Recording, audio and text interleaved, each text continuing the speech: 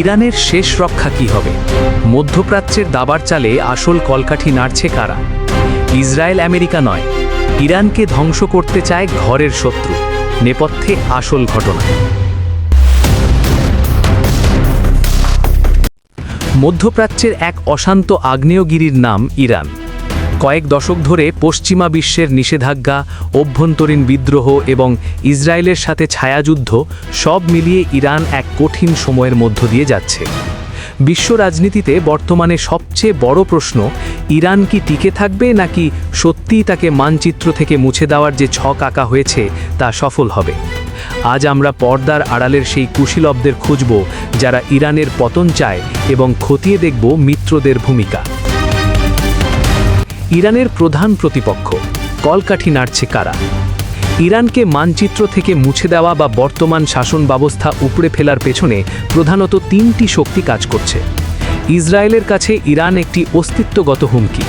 ইরানের পরমাণু কর্মসূচি এবং হিজবুল্লাহ হামাসের মতো প্রক্সি গোষ্ঠীর প্রতি তেহরানের সমর্থন ইসরায়েলকে কোণঠাসা করে রেখেছে। ইসরায়েলি গোয়েন্দা সংস্থা মোসাদ ইরানের ভেতরে একের পর এক সাইবার হামলা, বিজ্ঞানী হত্যা এবং কৌশলগত স্থাপনায় বিস্ফোরণ ঘটিয়ে ইরানকে অস্থিতিশীল করার চেষ্টা চালিয়ে যাচ্ছে। ওয়াশিংটনের লক্ষ্য মধ্যপ্রাচ্যে একক আধিপত্য বজায় রাখা। ইরান সেই আধিপত্যের পথে সবচেয়ে বড় বাধা। কয়েক দশকের অর্থনৈতিক নিষেধাজ্ঞা মূলত ইরানের অর্থনীতিকে পঙ্গু করে দিয়ে জনগণকে সরকারের বিরুদ্ধে রাস্তায় নামানোর একটি দীর্ঘমেয়াদী পরিকল্পনা। যদিও সম্প্রতি সৌদি ইরান সম্পর্কের বরফ গলতে শুরু করেছে, কিন্তু শিয়া সুন্নি ভূরাজনৈতিক দ্বন্দ্বে আরব বিশ্বের একটি অংশ ইরানকে সবসময়ই সন্দেহের চোখে দেখে। তাদের ভয় ইরানের বিপ্লব রপ্তানির নীতি রাজতান্ত্রিক শাসন ব্যবস্থাকে হুমকির মুখে ফেলতে পারে। মিত্রদের ভূমিকা, তারা কি আসলেই বন্ধু?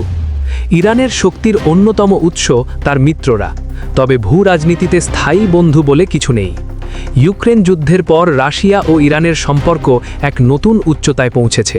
ইরান রাশিয়াকে ড্রোন দিচ্ছে আর রাশিয়া ইরানকে আকাশ প্রতিরক্ষা ব্যবস্থা ও উন্নত প্রযুক্তি দিয়ে সহায়তা করছে।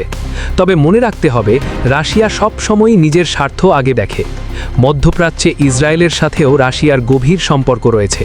তাই ইরান বিপদে পড়লে রাশিয়া কতটুকু ত্যাগ স্বীকার করবে তা নিয়ে ধোঁয়াশা রয়েছে।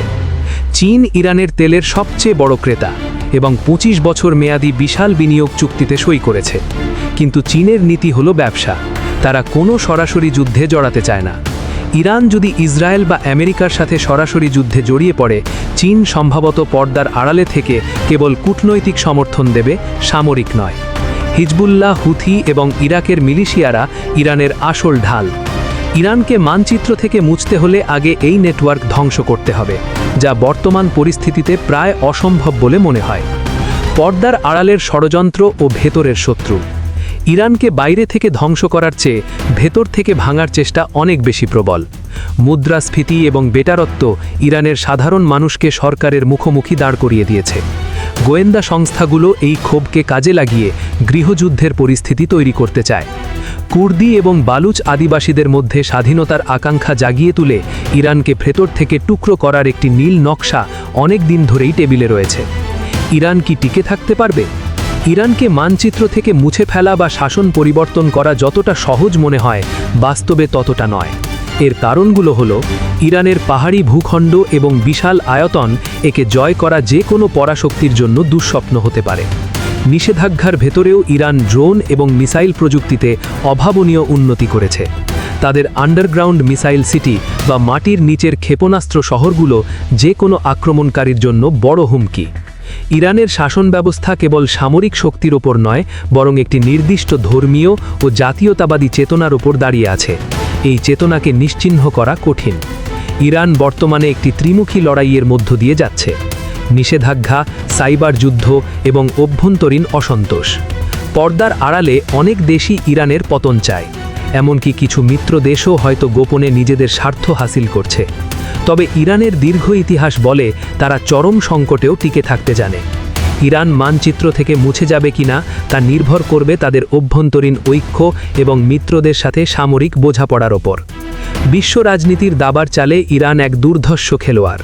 তাকে মানচিত্র থেকে মোছা মানে পুরো মধ্যপ্রাচ্য তথা বিশ্বকে এক মহাপ্রলয়ের মুখে ঠেলে দেওয়া।